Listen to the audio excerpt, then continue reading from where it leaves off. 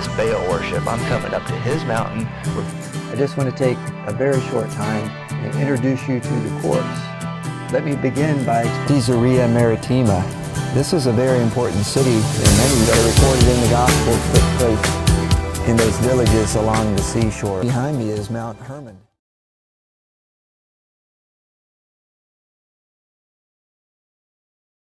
How many of you ever watched the Jerry Springer Show?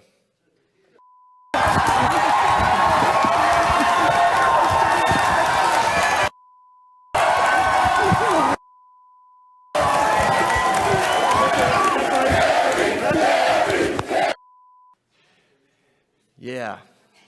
Don't you feel like that's how a lot of conversations take place today? You get a sense that that's become the world around us.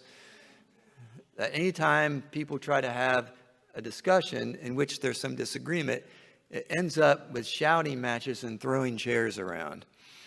That's Jerry Springer, isn't it?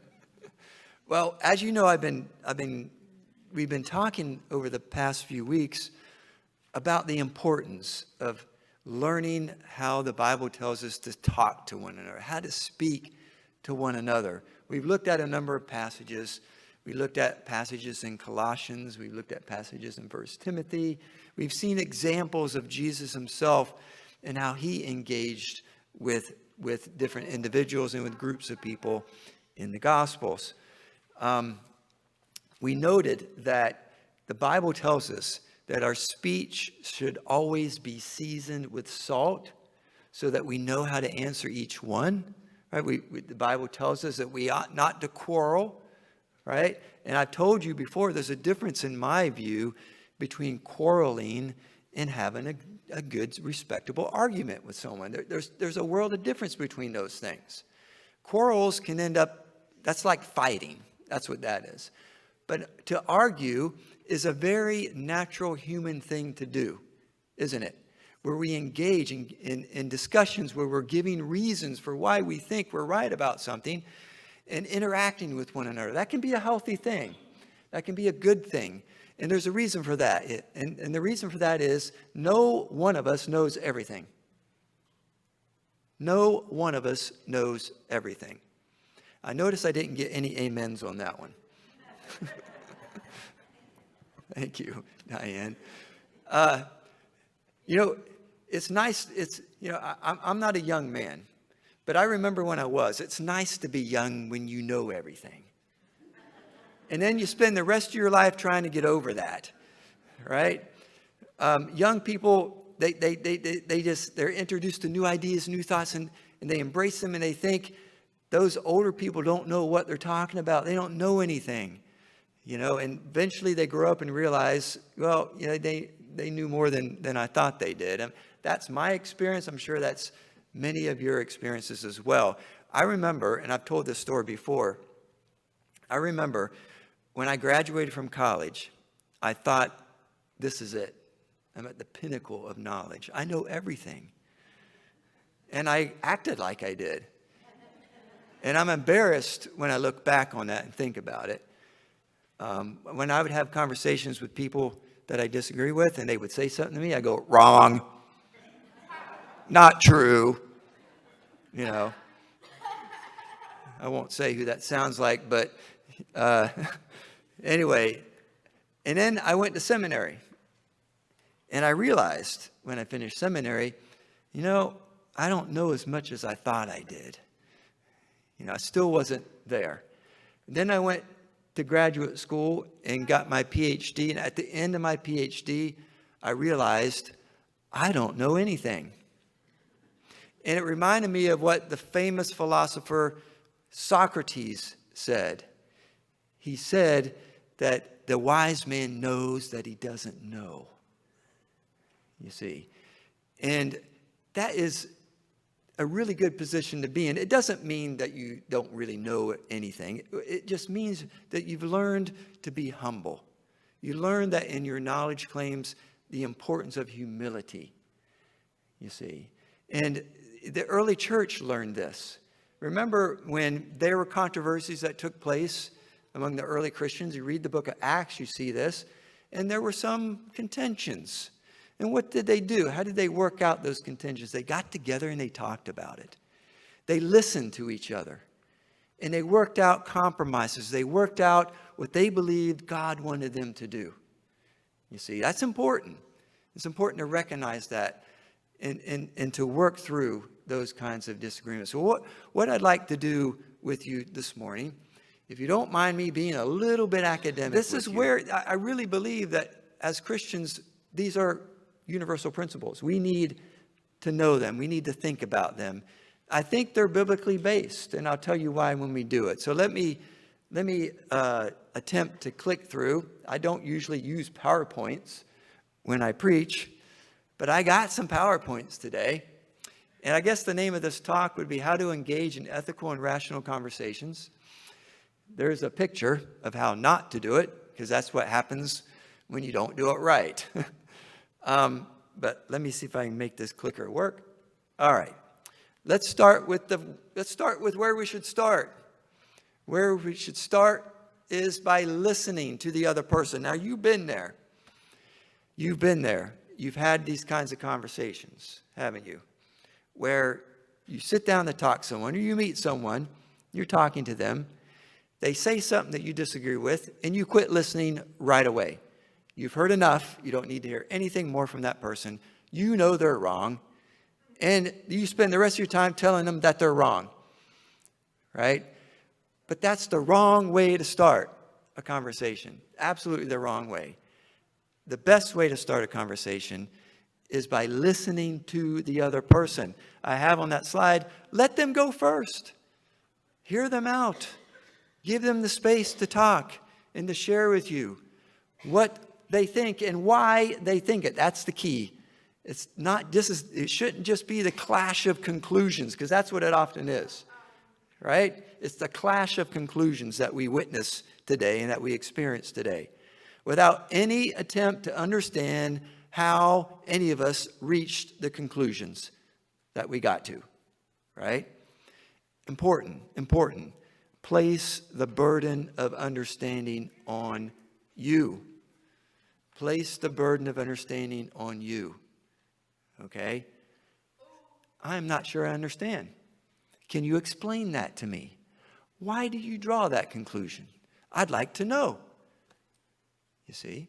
I'd like to hear you out. Explain that. I've never heard that before. Let me hear why you draw that conclusion. It's not that hard to say.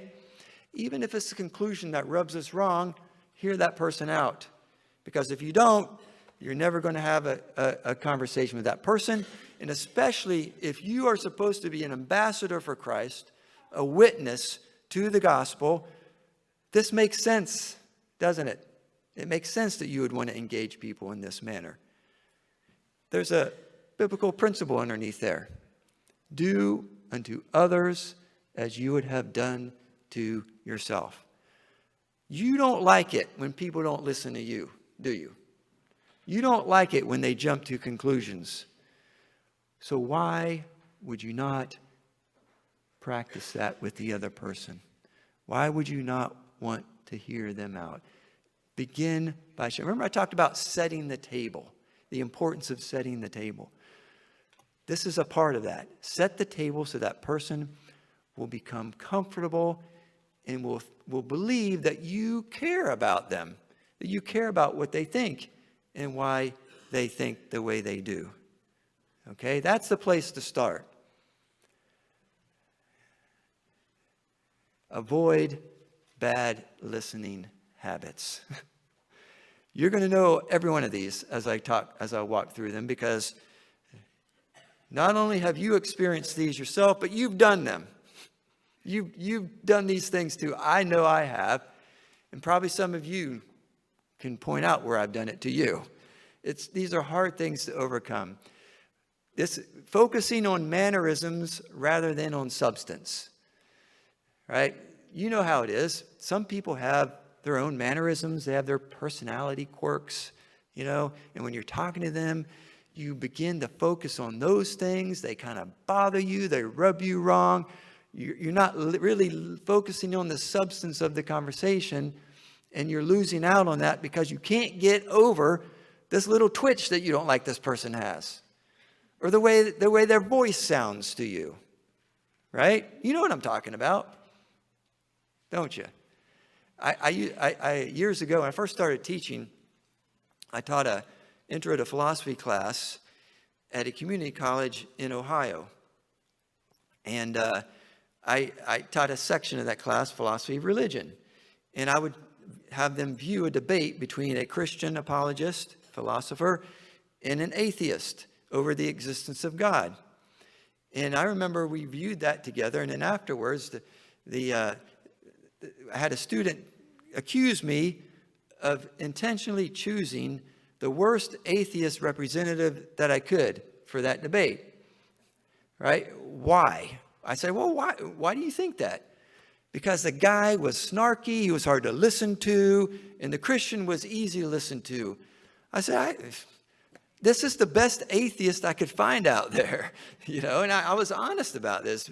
His name's Peter Atkins. He's still around. But he's just this person. I said, did you pay attention to his arguments? Or are you so focused on the way he talked that you weren't listening to actually what he said? Because that's really the issue here. It's the substance of what's being said.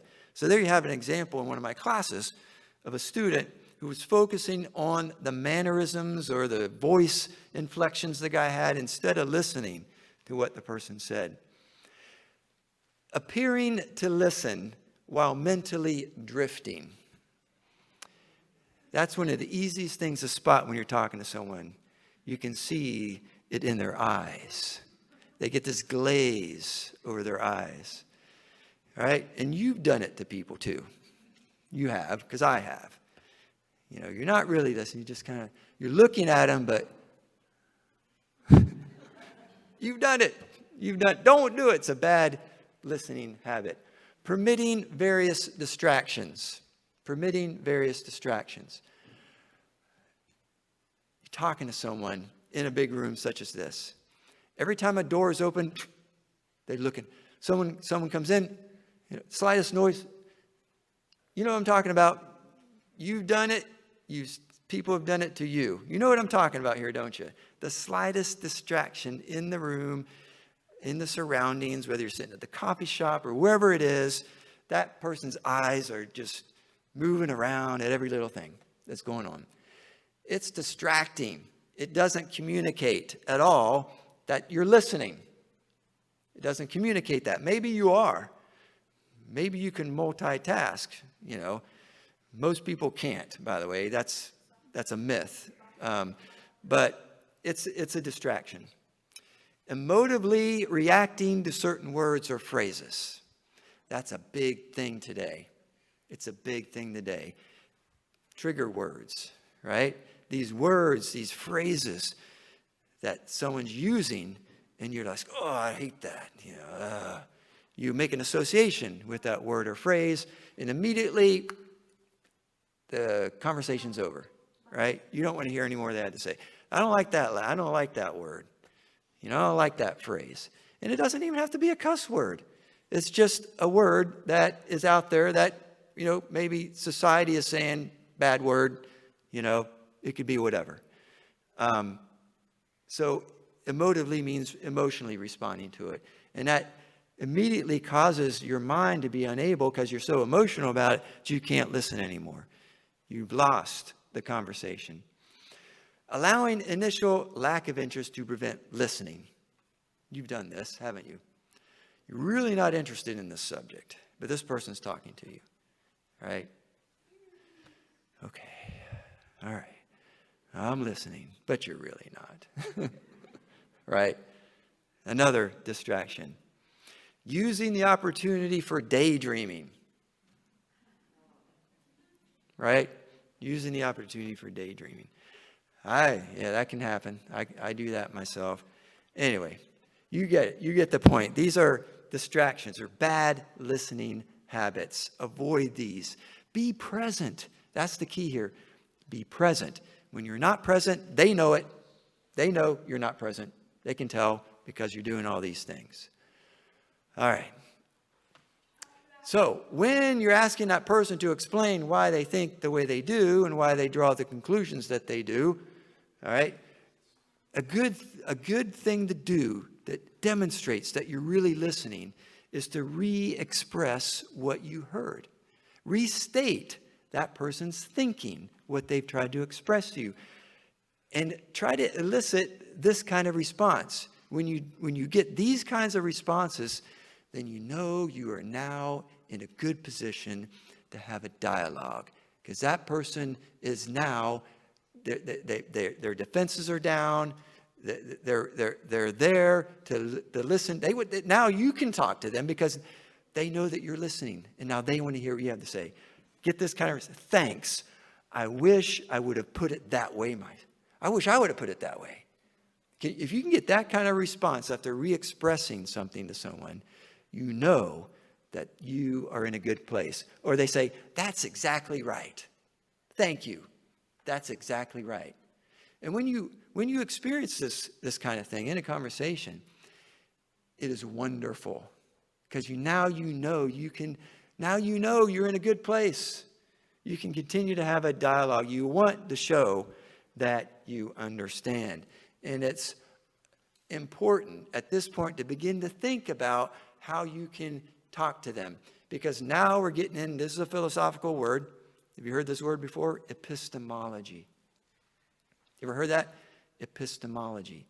It's a philosophical term, and all it means is, how do we know what we say that we know?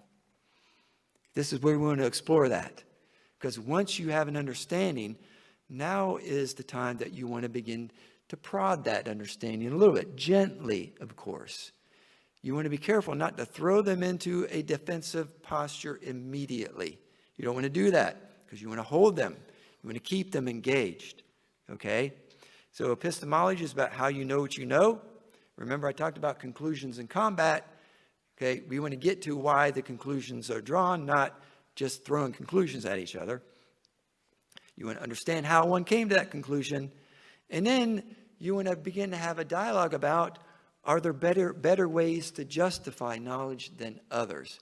Because what you're trying to figure out is, in the process, how do you draw this conclusion? And is that the best way to justify what you say that you believe or what you know? Okay? You know what I'm getting at here? There are some people who think that the best way to come to knowledge and to justify it is to talk about their experiences, right? I've experienced this, so I know it's true, right? Other people would say, no, we got to gather facts. We need to do an analysis. That's scientific justification, right? And there are many different types. That's just a couple to give you an example. And so depending on what area they're claiming that they have knowledge, maybe the epistemological method they use is not the best one for them drawing that conclusion. So we want to think about that a little bit, all right? So how can we challenge others to think, listen, understand, and then once we get all that established, we want to ask a question, okay? After we've got the confirmation from them that we got it, we got their thinking down, we understand, now we want to ask a question. How confident are you of that belief? How confident are you of that belief? Sometimes you have to give them a little help here. I've done this. Maybe give them a scale, okay? Say, okay, let's say on a scale of 1 to 10, with 10 being the highest, how certain are you about this belief? How certain are you? With 10 being the highest, okay? I'll give you a quick little anecdote, a story. I was talking to this guy, and I was using this method, and I kind of had a sense he was pretty confident in what he thought about this issue. And when I asked him this, on a scale of 1 to 10, how confident in terms of your certainty are you? 10's the highest, mind you. He told me a 12. Now that's a red flag. It's a red flag, because that tells you that this guy, this person, okay, is going to take some work. It's going to take a lot of work with this kind of person, because they're off the chart, okay?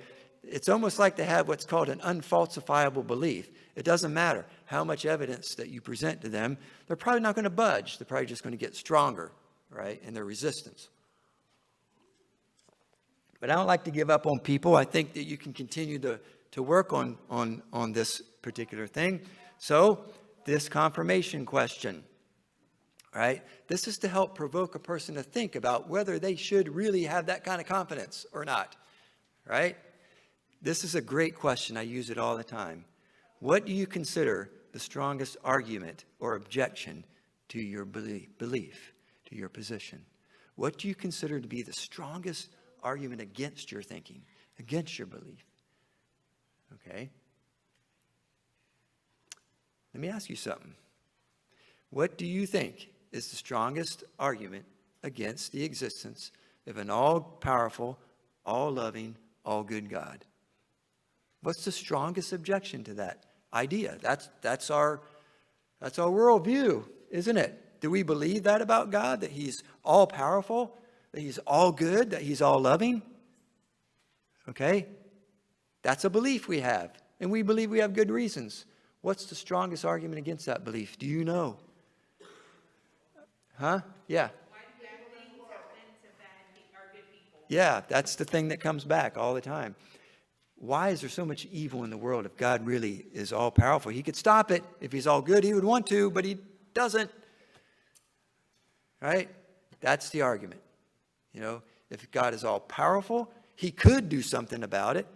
If he's all good, he would want to, but there's tons of evil in the world, so maybe he's not all-powerful and all good, or maybe he's all-powerful, but he's not good, he doesn't care, or maybe there's no God at all like this. That's the typical thing. It's a powerful argument, is it not? It's a strong argument.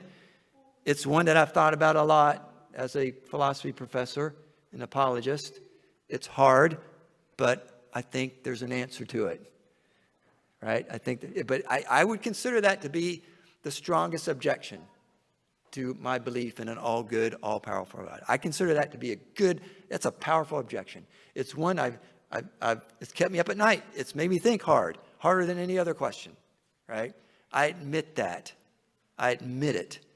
The question is, can you admit that?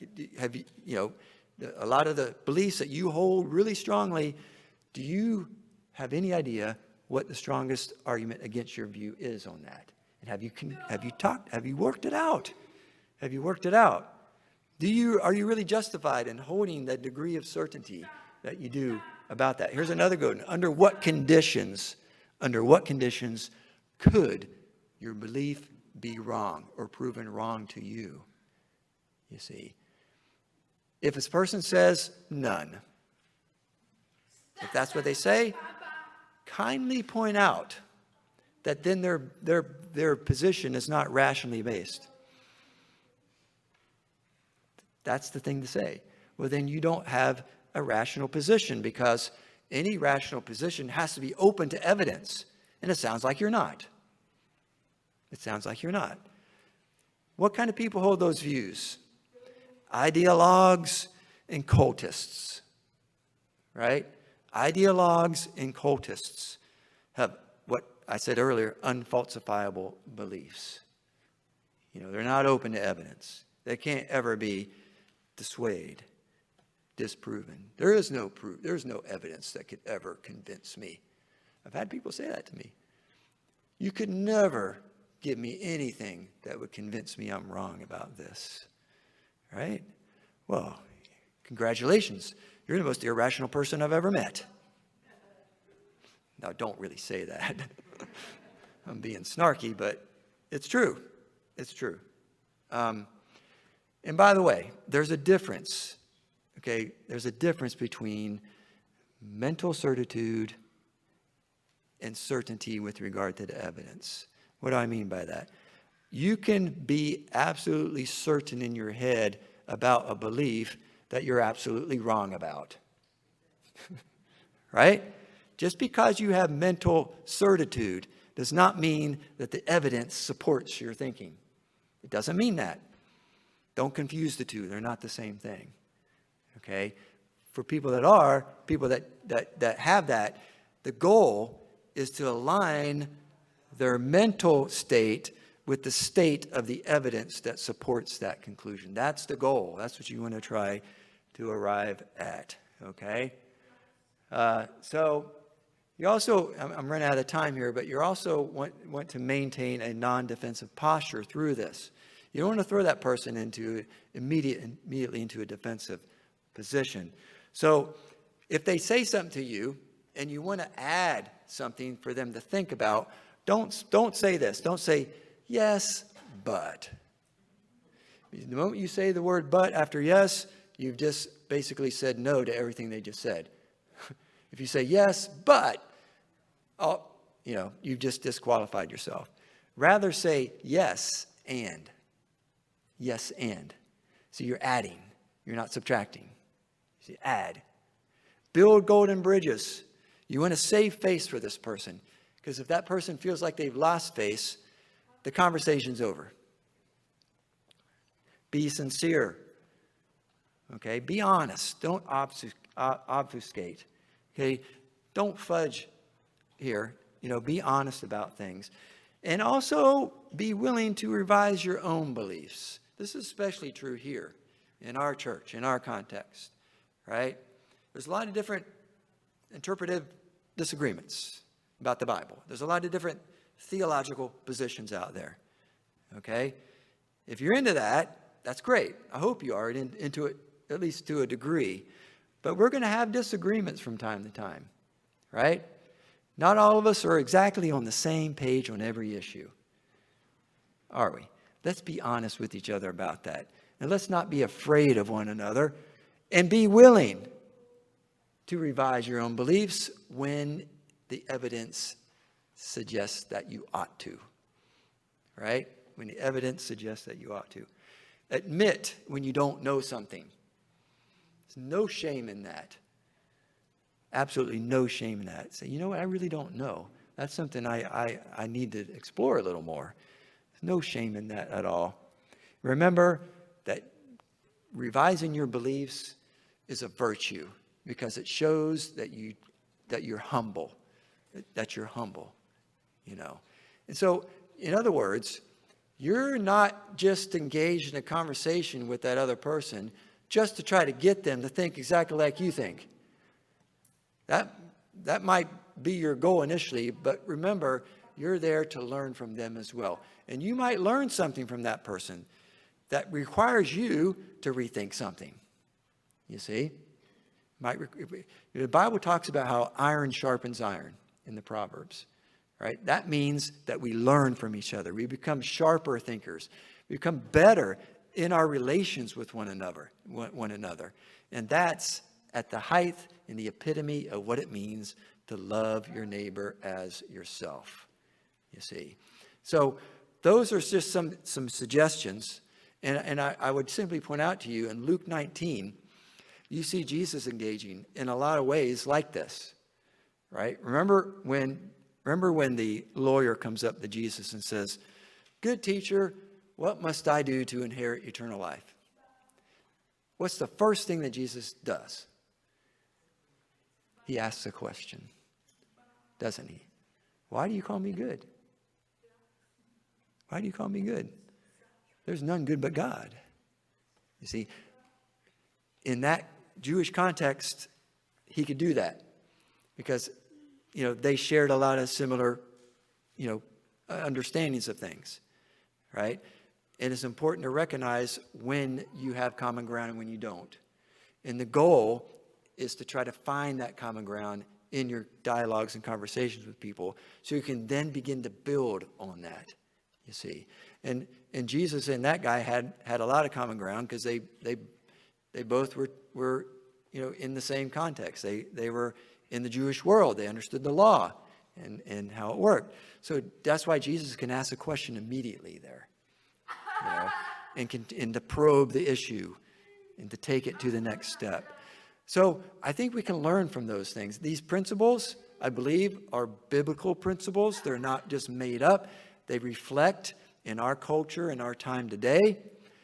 Those general principles about do unto others as you would have done unto yourself, and loving your neighbor as yourself.